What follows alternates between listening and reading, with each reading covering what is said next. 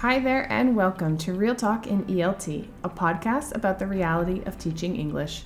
I'm your host, Kelly Pennington. Thank you for joining me today. Hello, welcome back again. It's just me today, so sorry to disappoint. I don't have any visitors, but I did do a social experiment with followers on Instagram, so thank you for being my guinea pigs. So let me tell you what I did, which I had been thinking about, and then I wanted to kind of see what the reaction was. And this is what I found. So on a story, I posted, it was like a boomerang because my lips are super chapped right now because it's really, really dry in the region that I'm living in. And there has been at this point, there's been wildfires and everything else. It's getting kind of critical at this point. We just need some rainfall. And so I did this kind of fun. I thought it was kind of funny, like just, sick of having a million days without rain. Anyways, and I posted that with a question box. And I asked for people to submit words or vocabulary phrases related to weather that are challenging or difficult. And from the hundreds of people that saw that story, it's funny because one, there was no reaction to it, which is fine. I'm not in it for the reactions, but I was doing like a little bit of a social experiment. And two, because I've had this question going on in my mind, which I'll tell you the question in a second. And two, nobody responded. And the two stories that were on either side of that story, people reacted, they responded, I got messages from, but this specific one, which was related to challenging or difficult words related to the weather, no reaction, just people just kind of slid past it. So this was the question that was bouncing around in my head, and I wanted to post something that was relatively benign and kind of what I think most people consider lower level or uninteresting or something that you kind of just check the box and go away.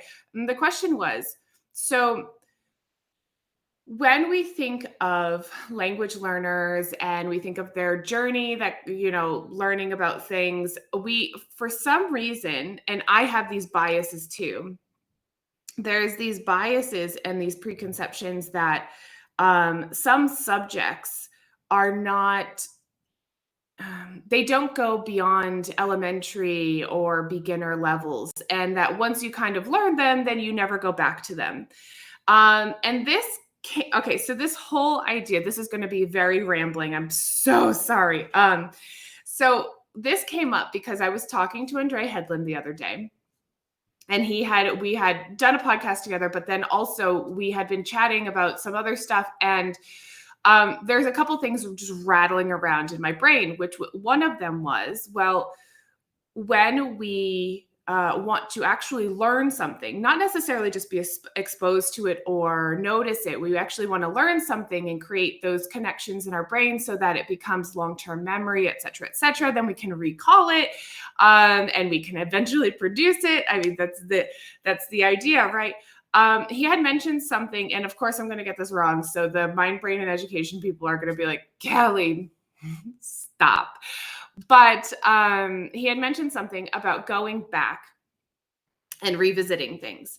And that was fine. And that, okay, so I'm on board, and I do revisit stuff. And I actually, let me show you, because I'm a super loser and I'm kind of old. So here's my keychain. And so I made several sets of flashcards. Can't really see them, sorry.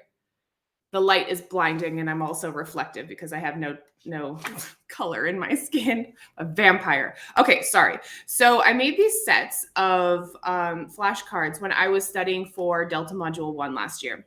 And I just kind of kept them on my desk, and they're separated by groups. So I have second language acquisition methods and theories, testing. Oh gosh, what else do I have here? Phonology. I have a bunch of kind of sets grouped up into different things. And what I would do in between my classes is I would go back and as you can see, I would have like a word. Well, sorry, if you can't see, if you're just listening, I would have a word or something on the front, and on the back, I would take notes of all the things that I would like to remember or I thought were applicable, that I might have to reproduce on the test. So I was just kind of, doing that for the past couple months of Delta. But then, okay, so back to the weather, sorry. So then I thought to myself, well, that's great for things that we don't know, but do we ever actually revisit things that we have preconceived notions on?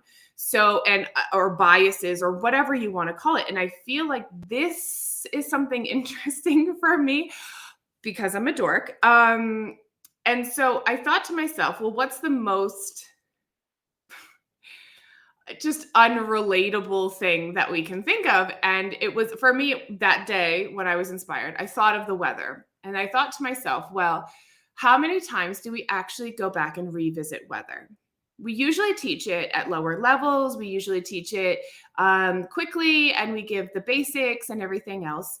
But then we don't ever go back and revisit those topics. One, because possibly it's not very useful for our students. I know I teach business English students a lot, so maybe it's not very useful in their context. But this could be done without things that are the weather. And I was thinking to myself, well, how could I help my learners actually go back and revisit these things with the idea of like, let's revisit and possibly grow that knowledge bank that they have of a specific topic or content area or whatever you want, however you want to divide it.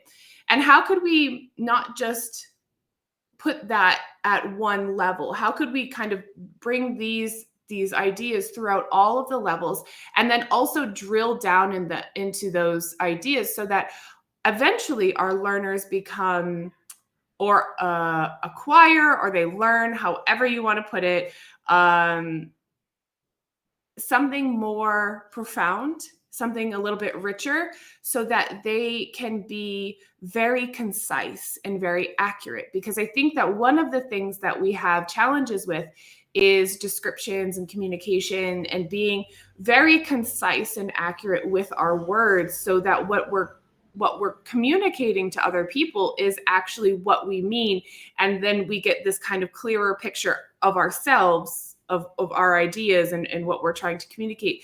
So this is my idea. I might be going off on tangents and going a little crazy. That's very likely. But if you're not watching and you're just listening, I do have on the other side a quick, not a video, but it is slides that I've made, and I will link them to a post on Instagram, and then you can access it on YouTube, et cetera, if you want to look.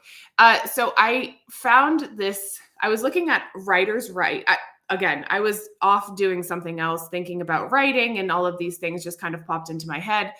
And I was off researching something about writing or looking for resources about writing. I stumbled on this website, writersright.co.za, and they had 101 words to describe weather.